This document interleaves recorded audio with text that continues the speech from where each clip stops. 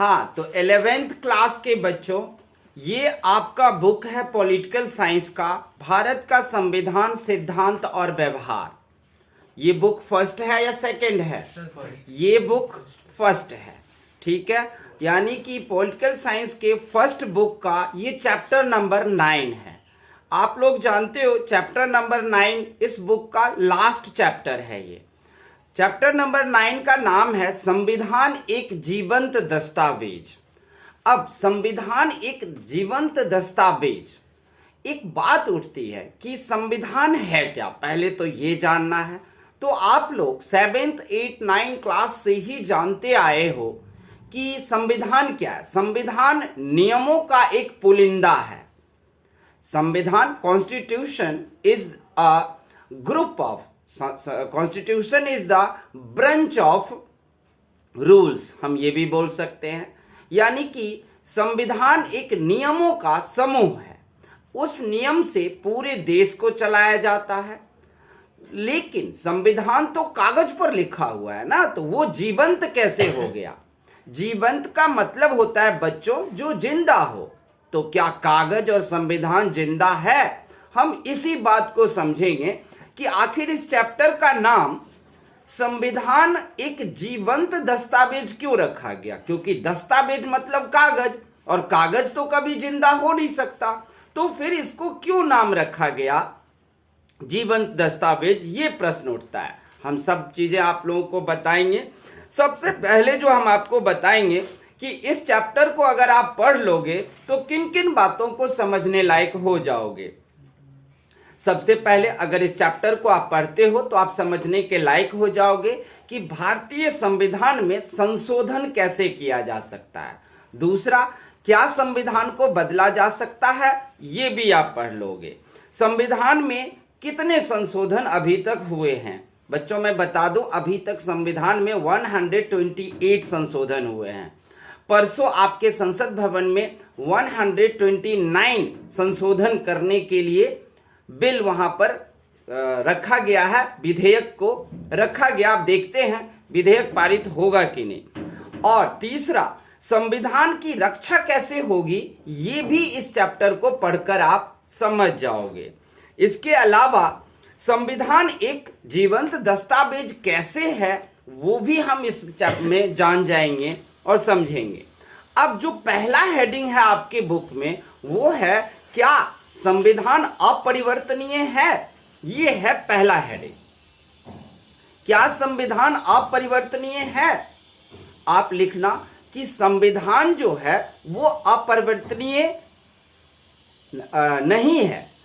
हम इसको पूरी तरीके से बदल नहीं सकते, लेकिन आंशिक रूप से हम इनमें बदलाव कर सकते हैं। मतलब परिवर्तन का मतलब होता है कुछ चेंज करना, और पूरी तरीके से बदलाव का मतलब पूरा किताब ही बदल देती है। तो आप किसी भी हालत में पूरी संविधान की किताब को बदल नहीं सकते हो। हमारे देश में संविधान में जो बदलाव का प्रावधान रखा गया, वो यही वजह है कि हमारे देश का संविधान अभी तक चल रहा है, देश का कोई टुकड़ा नहीं हुआ है और देश में कोई प्रॉब्लम नहीं आई है। लेकिन एक उदाहरण देख लो सोवियत रूस का। सोवियत रूस में कितनी बार कानून नए रूप से लिखे गए संविधान को। सोवियत रूस में 1918 में, 1924 में, 1936 में, 1977 में 4 बार पिछले पूरे कानून संविधान को बदल दिया गया और फिर नया लिख दिया गया। बदले में क्या हुआ? सोवियत रूस बिखर गया, टूट गया। आप जानते हो सोवियत रूस के 15 भाग टूटकर अलग हो गए। उसी में से एक यूक्रेन से अभी वो युद्ध कर रहा है 2.5 साल से। इसके अलावा आप देखोगे कि Uzbekistan, Kyrgyzstan, Belarus, Ukraine, Azerbaijan, Armenia, ये सब कुछ टूट कर इनसे अलग अलग होकर के अलग हो गया। क्यों? संविधान को इन्होंने पूरी तरीके से बदल दिया था 4 बार। देखो, संविधान का निर्माता जो हमारे देश में थे, उन्होंने ऐसा सोचा था, 300 लोग थे ना संविधान बनाने वक्त, वो 300 लोग ये सोच रहे थे कि कि संविधान कैसे जिंदा रहेगा। तो संविधान को जिंदा रखने के लिए विश्वास चाहिए उसमें, और विश्वास ही उसे जीवंत बनाएगा। लेकिन समय तो बदलेगा, समय के साथ साथ कुछ विचार बदलते हैं, कुछ नियम बदलता है। तो अगर विचार और नियम बदलेगा तो संविधान भी बदलेगा। बदलेगा का मतलब किताब नहीं बदलेगा, संशोधित होगा। थोड़ा सा संशोधन करेंगे और उसमें नई चीजें डाल देंगे। तो यही बात होता है कि अगर आप संविधान को पूरी तरह बदलोगे, लोगों का विश्वास उठता जाएगा और लोग जल्दी ही आंदोलन करने लगेंगे और देश के टुकड़े टुकड़े हो जाएंगे, सोवियत रूस की तरह। आज रूस है, पहले उसका नाम था सोवियत रूस, लेकिन अब उसका नाम है रूस। इसी तरीके से आप देखोगे कि तब आप पता चल गया है कि हमारा संविधान अपरिवर्तनीय नहीं है। कोई भी संविधान अपरिवर्तनीय नहीं होता है, उसमें परिवर्तन का गुंजाइश होता है। आप उसमें परिवर्तन कर सकते हो समय के साथ। अब समय के साथ देखा जाएगा कि एक कानून में बनाया गया कि भाई महिला सुरक्षा के लिए कानून बनाया जाए, और जब महिला को सुरक्षा मिल गया तो महिला पुरुष पर अत्याचार करने लगे। तो अब क्या हुआ, ये सोचा गया कि नहीं भाई महिला पुरुषों के लिए भी तब कानून कुछ होना चाहिए। तो अब क्या होगा, अब तो कानून में जाके बदलाव करेंगे ना, संशोधन करेंगे ना, जिससे पुरुषों के लिए भी एक कानून जोड़ा जाएगा। इसी को बोलते हैं संविधान में संशोधन करना। संविधान वही अच्छा होता है जो दूरदर्शी हो। संविधान वही अच्छा होता है जो आपको भविष्य की बातें बताए, भविष्य में भी ले चले। और भविष्य में तो बदलाव होगा, भविष्य में विचार हो बदलेंगे। अब 100 साल पहले जो लोगों के विचार थे क्या आज है? नहीं है। 4000 साल पहले जो लोगों के विचार थे क्या आज है? नहीं है। तो फिर उसी तरीके से जो संविधान 1946 में बनाया गया, 1950 में लागू किया गया, उस समय की जो हमारी विचारधारा थी उसके तहत उसमें कुछ नई बातें जुड़ेगी तो जोड़ा जाएगा। और फिर अब आप लोग समझ गए होंगे कि संविधान हमारा अपरिवर्तनीय नहीं है, इसमें परिवर्तन की गुंजाइश है। हमारे संविधान को बनाने वक्त क्या क्या सोचा गया? देखो, हमारे संविधान को बनाने वक्त बहुत ही कठोर बनाया गया। कठोर मतलब अगर आप किसी को मर्डर करोगे तो आपको भी फांसी मिलेगी। ये हमारे संविधान की कठोरता को दिखाती है। अगर आपने किसी के साथ रेप बलात्कार किया तो आपको फांसी हो सकती है या उम्र कैद होगी। ये कठोरता को दिखाता है। लेकिन हमारे संविधान निर्माता ने एक और बात सोचा कि अगर हम संविधान को सिर्फ कठोर ही रहने देंगे तो एक दिन आएगा जब लोगों का विश्वास इसमें से उठ जाएगा। तो इसके लिए क्या करें? इसके लिए फिर थोड़ा सा उन्होंने लचीला भी बनाया। तो हमारा संविधान, बच्चों याद रखना, कठोर भी है और लचीला भी है।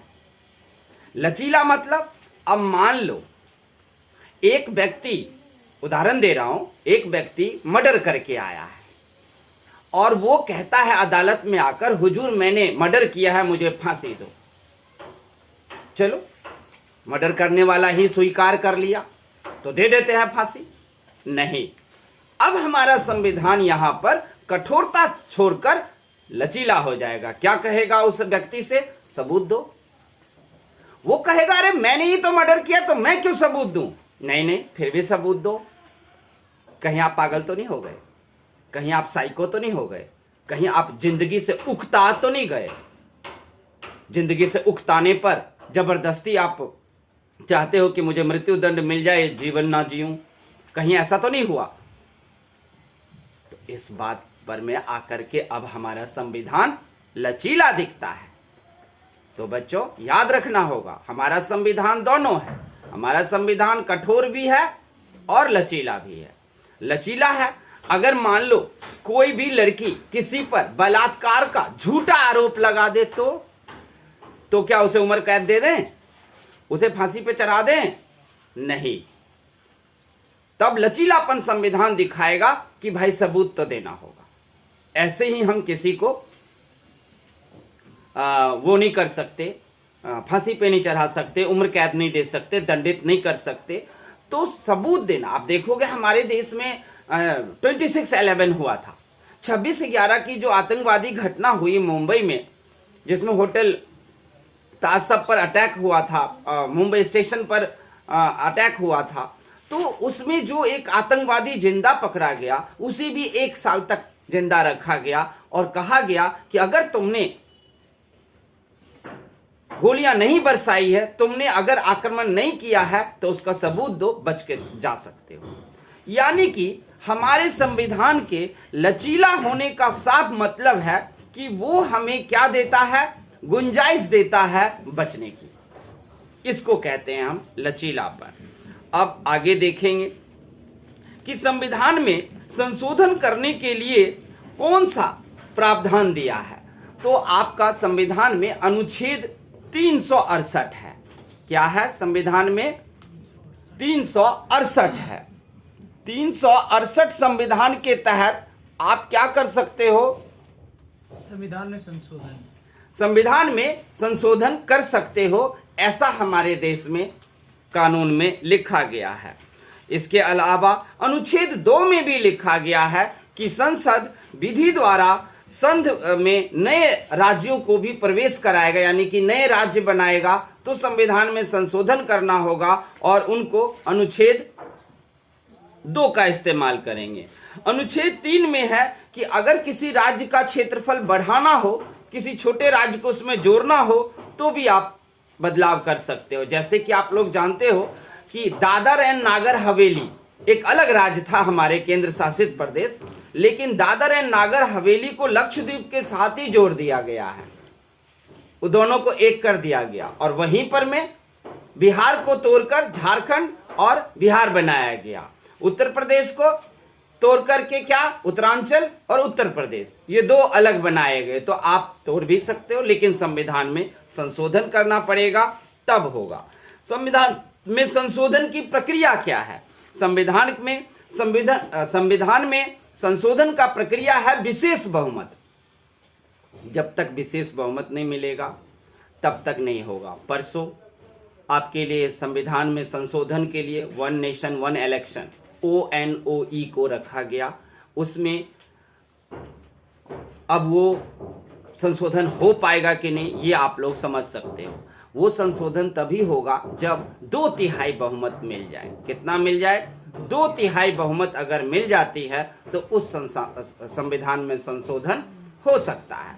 अगर 2/3 बहुमत नहीं मिलेगी, 2/3 मतलब जितनी भी लोकसभा की सीटें हैं उसको 2 से मल्टीप्लाई कर दो और 3 से डिवाइड कर दो, तो कितना आएगा? 2 से मल्टीप्लाई करोगे और 3 से अगर डिवाइड कर दोगे तो आपके पास आ जाएगा लगभग 372, यानी कि 372 सीटें चाहिए कानून में संशोधन करने के लिए। 372 सीटें मतलब 372 वोट चाहिए, यानी कि टोटल लोकसभा में कितनी सीट वोट है, कितनी सीट है? 545। 545 में से आपको 372 MP अगर संशोधन के पक्ष में वोट कर दिया तो संशोधन होगा, नहीं तो नहीं होगा।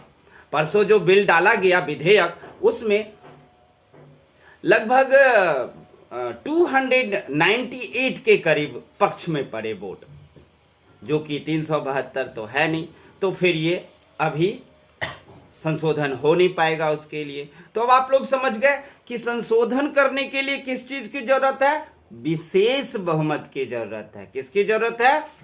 विशेष बहुमत किसको कहते हैं? 372 वोट को।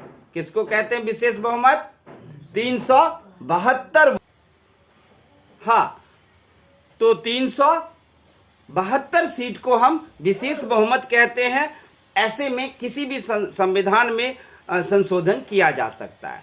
एक टाइम था जब इंदिरा गांधी प्रधानमंत्री थी, तो मतलब 2 से 3 साल में ना 10 संशोधन हुए, जो आज तक का सबसे रिकॉर्ड संशोधन है। उन्होंने बहुत सारे संशोधन कर दिए थे।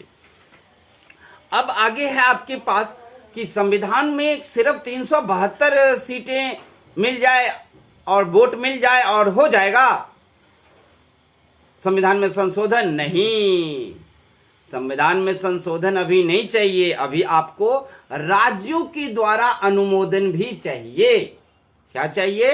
राज्यों के द्वारा अनुमोदन, यानी कि जितने भी राज्य हैं उन सब से भी पूछना पड़ेगा। पहले क्या होगा, संशोधन करने के लिए एक विधेयक आएगा संसद में, संसद में वो विधेयक पर बहस होगी। बहस होने के बाद जब सारे के सारे मान जाएंगे तब वहां वोटिंग होगी। वोटिंग में अगर 372 वोट मिल गए संशोधन करने के पक्ष में, तब भी संशोधन तो हो गया, लेकिन अब वो संशोधन किया हुआ फाइल हर राज्य के पास जाएगा।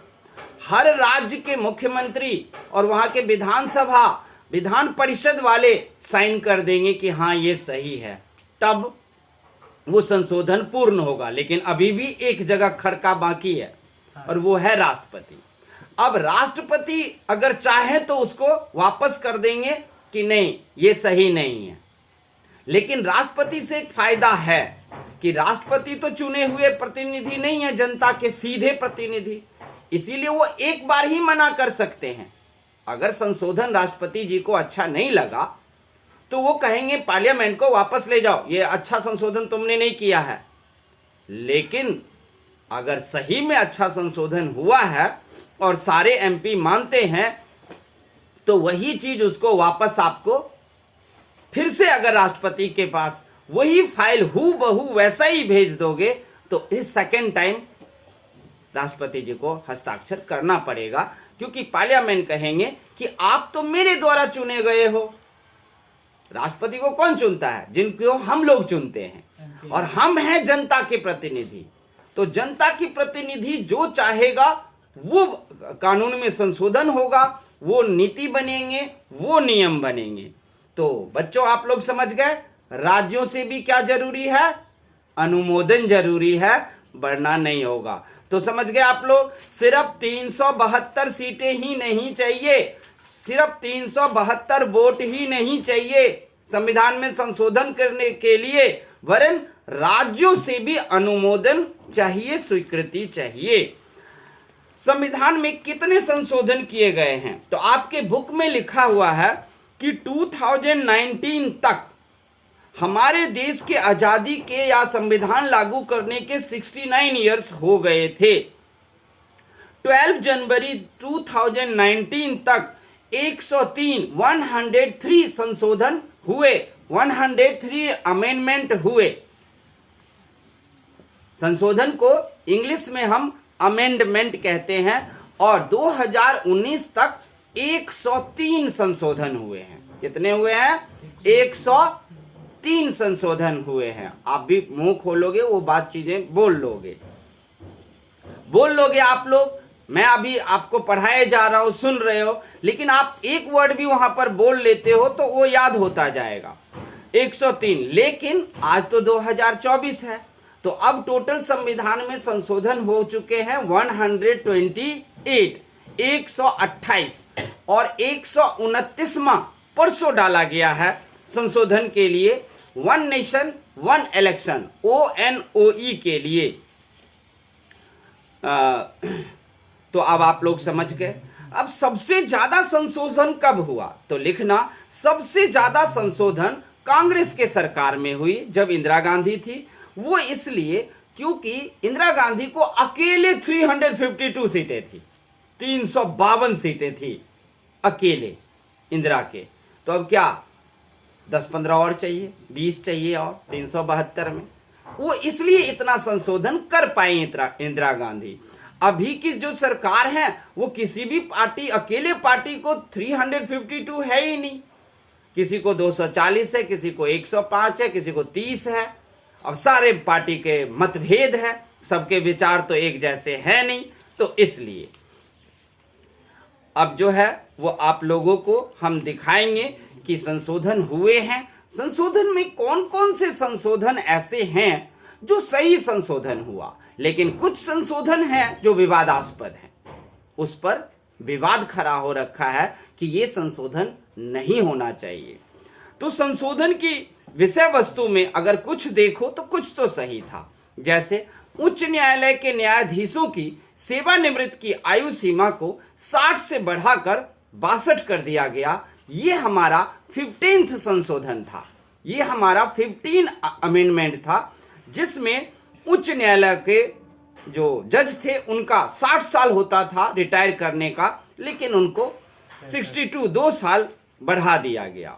इसके अलावा न्यायाधीशों की वेतन बढ़ाने वाली जो संशोधन हुए वो 54वां था, 54th अमेंडमेंट था, जिसके तहत न्यायाधीशों की तनख्वाह भी बढ़ाई गई थी।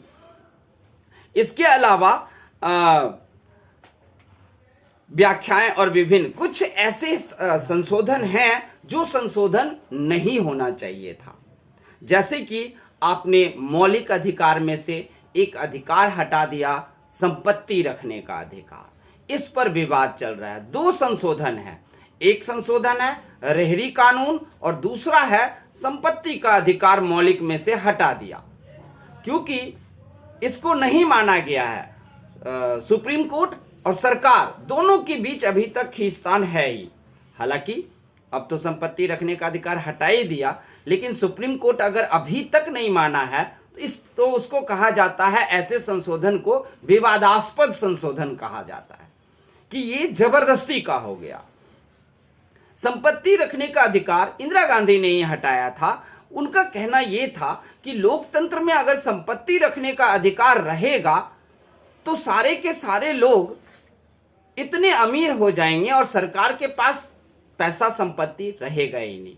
तो लोकतंत्र में सभी लोगों की जरूरी और उनकी सहूलियत सब कुछ पूरा होना चाहिए, लेकिन लोकतंत्र में यह नहीं होगा कि सब संपत्ति अपना रखेगा। मान लीजिए अभी अडानी है, अंबानी है, बहुत संपत्ति है ना, तो क्या वो संपत्ति को बेचकर विदेश जा सकता है? नहीं, तब उसका 1 रुपया भी नहीं है, तब उनका 1 रुपया भी नहीं है। सारा कुछ छोड़ करके ही विदेशों में आप बच सकते हो।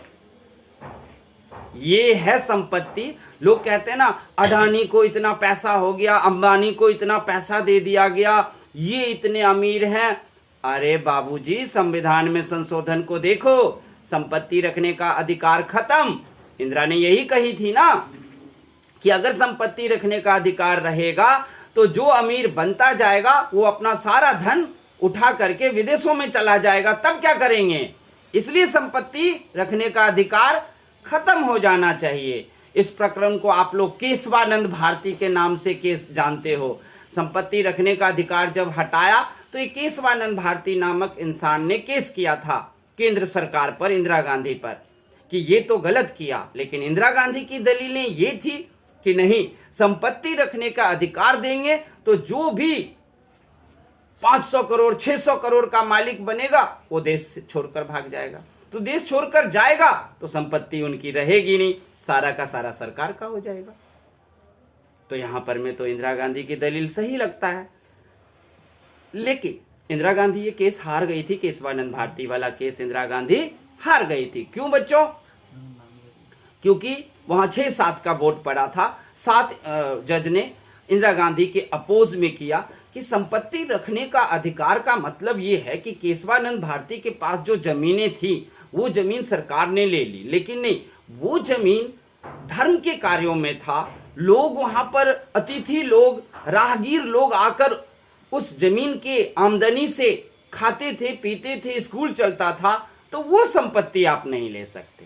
तब ये संपत्ति रखने का अधिकार जो आपने हटा दिया वो गलत था। इंदिरा गांधी केस हारी हुई है उस पर, लेकिन तब तक तो उसने संशोधन करके हटा दिया था, इसलिए अभी तक हटा हुआ है। दूसरा रेहरी कानून भी है। रेहरी कानून विवादास्पद है क्योंकि रेहरी कानून में ये लिखा गया कि ये जितने भी सड़कों पर में आप देख रहे हो केला सेब बेचते हुए, वो केला सेब वाले के कारण ही रोड पर इतना एक्सीडेंट होता है। क्या होता है? तो इनको रोड पर से रेहड़ी वालों को हटा दिया जाए, रोड पर से रेहड़ी वाले को हटाया जाए, ये कानून बना।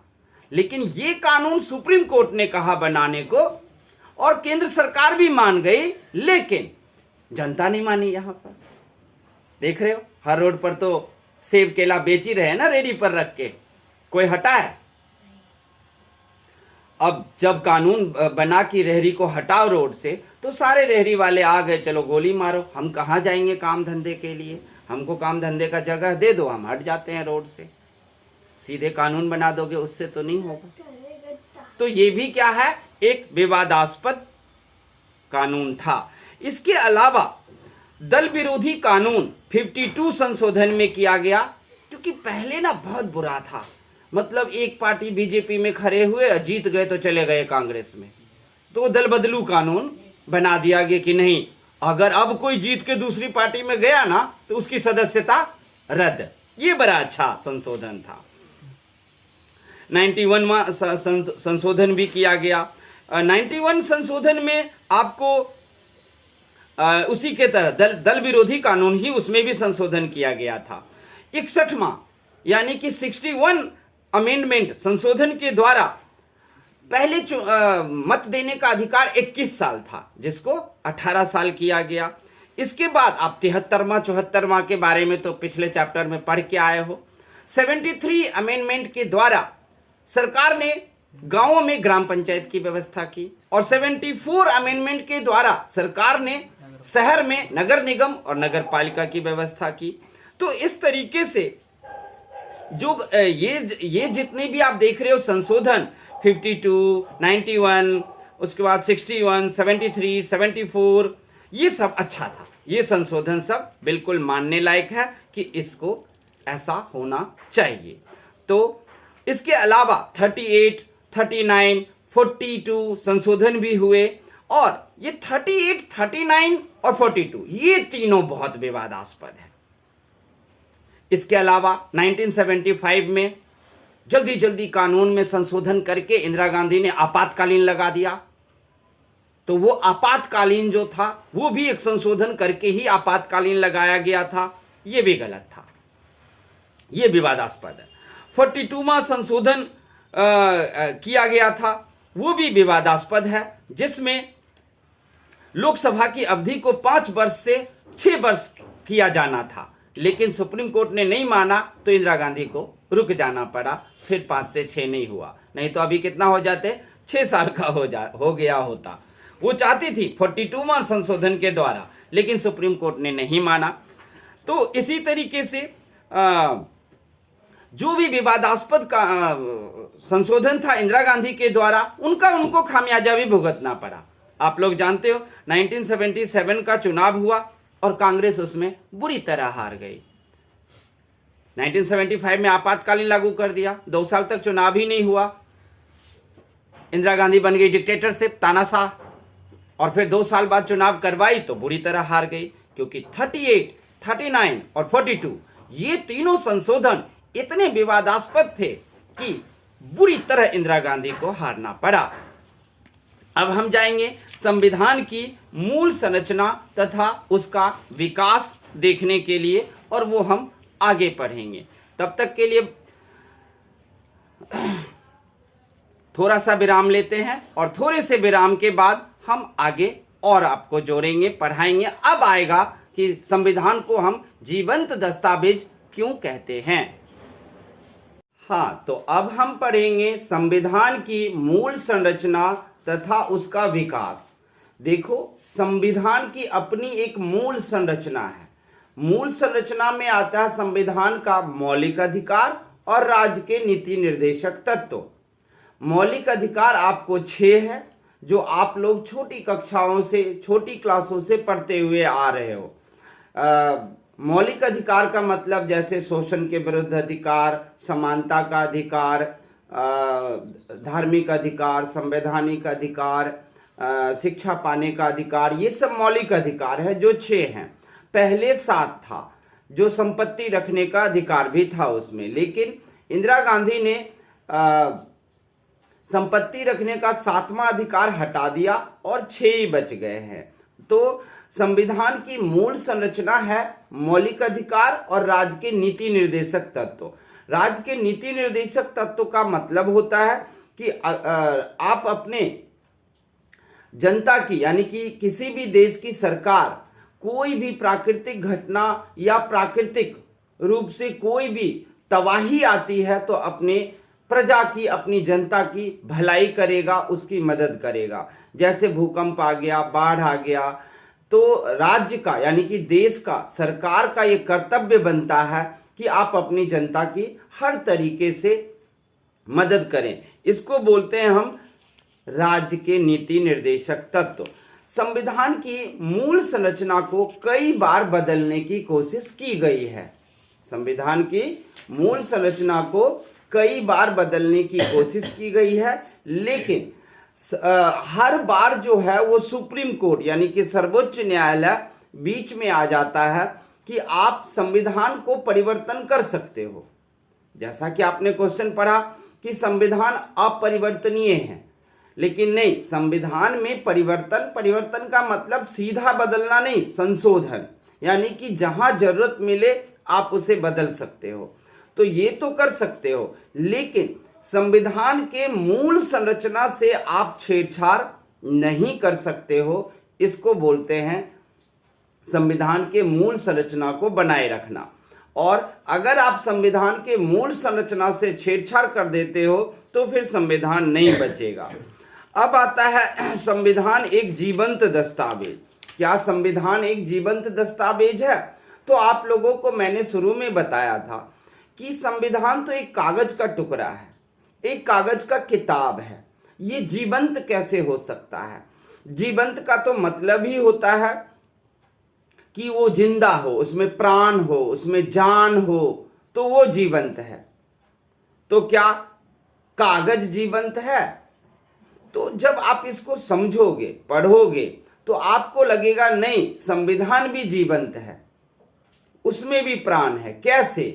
क्योंकि संविधान लिखा तो कागज पे है, लेकिन चलता हमारे दिल से है। ये कहा गया है कि अगर आप अपने दिल के न्यायालय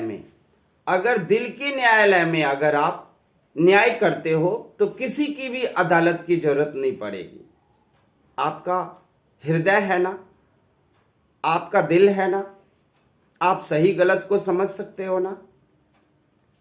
तो सही गलत को समझने पर जब आप अपने दिल में अदालत लगाओगे, वहां आप ही वकील होगे, आप ही जज होगे, तो अपने आप फैसला सही हो जाएगा।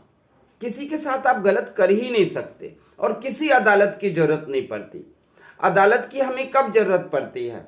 जब हम गलत करते हैं। लेकिन जब आप गलत करते हो तो आप अपने दिल से पूछो, क्या ये गलत था? दिल बोलेगा, आपका मन बोलेगा, आपका हृदय बोलेगा कि नहीं, हमने गलत किया है। और फिर आप दूसरों के साथ खुद ही न्याय कर दोगे। तो आपको जज, वकील और अदालत की क्या जरूरत है? तो भले ही हमारा संविधान कागज पे है, लेकिन वो हमारे दिल से चलता है। क्यों दिल से चलता है? क्योंकि संविधान में जो नियम लिखा गया है ना, उन नियमों को हमारा दिल मानना चाहता है। क्योंकि जब हम अपने दिल और हृदय में झांकते हैं तो पाते क्या है कि हम तो वही काम करना चाहते हैं जो दुनिया में गलत है।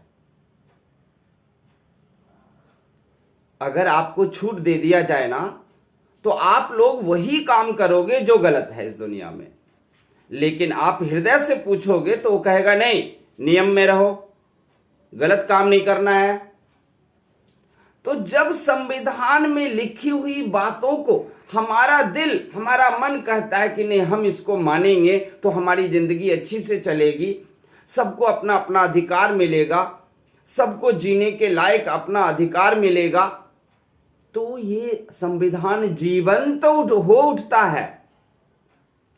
संविधान एक कागज है, लेकिन वो जीवंत है। क्यों? क्योंकि हमारे जीवते प्राणी के अंदर ये नियम बसता है। हमारा मन कहता है कि नहीं, हम एक नियम से चलेंगे। हमारा मन कहता है कि अगर नियम से नहीं चलेंगे तो हम सिर्फ जानवर वाले काम करने शुरू कर देंगे। इसलिए हमारा मन कहता है कि नहीं, संविधान सही है। कभी कभी आपका मन करेगा, ओह बैंक के पास बहुत पैसा है, चलो ना लूट लेते हैं।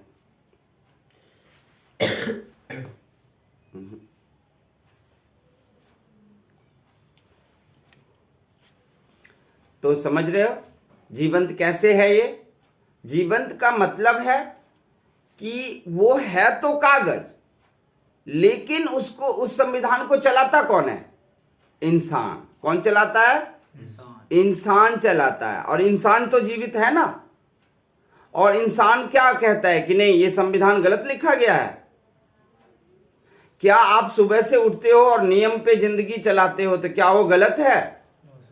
आपका मन करता है ना, नहीं, नियम पूर्वक जीवन ही सही है। जो नियम से भागता है उसका जीवन सही नहीं है। इसीलिए संविधान एक जीवंत दस्तावेज है। अगर ये जीवंत ना रहे, इस कागज के पन्ने को अगर कोई फाड़ दे, इसको ना माने, तो उसके लिए हमारे पास कई तरह के तंत्र हैं। संविधान निर्माताओं ने इस बात का ध्यान रखा था कि संविधान को बनाने वक्त उन्होंने देख लिया था कि ये तो कागज है, अगर कोई नहीं माना तो क्या करेंगे। तो उसके लिए उन्होंने न्यायपालिका बनाया कि जो भी संविधान को नहीं मानेगा, चाहे वो सरकार हो, संसद भवन के एमपी हो, कोई एमएलए हो, कोई बहुत बड़े अधिकारी हो, तो न्यायपालिका उसे दंड देगा। इस बात का एहसास कराएगा कि नहीं, ये संविधान है, ये जीवंत है, और अगर तुम इसे तोड़ोगे तो हम तुम्हें दंड देंगे। तो कई तरह के तंत्र हैं जिससे न्यायपालिका को, जिससे संविधान को चलाया जाता है। अब प्रश्न उठता है राजनीतिज्ञों की परिपक्वता। देखो, संविधान तो जीवंत है, लेकिन इसको अगर चलाना है तो राजनीतिज्ञों की परिपक्वता चाहिए। राजनीतिज्ञों का परिपक्वता का मतलब है कि जितने भी नेता हैं हमारे देश में, उनको इस बात को समझना चाहिए कि नहीं, संविधान अगर नहीं रहेगा ना तो न देश चलेगा, न समाज चलेगा, न कुछ चलेगा। इसलिए जरूरी है कि संविधान रहे और ये नेता लोग भी इस संविधान को जिंदा रखे। वो खुद, नेता लोग खुद इस संविधान के नियम को ना तोड़े। ये है राजनीतिज्ञों की परिपक्वता। राजनीतिज्ञ अच्छे रहेंगे और न्यायालय रहेगा तो संविधान हमेशा जीवंत रहेगा।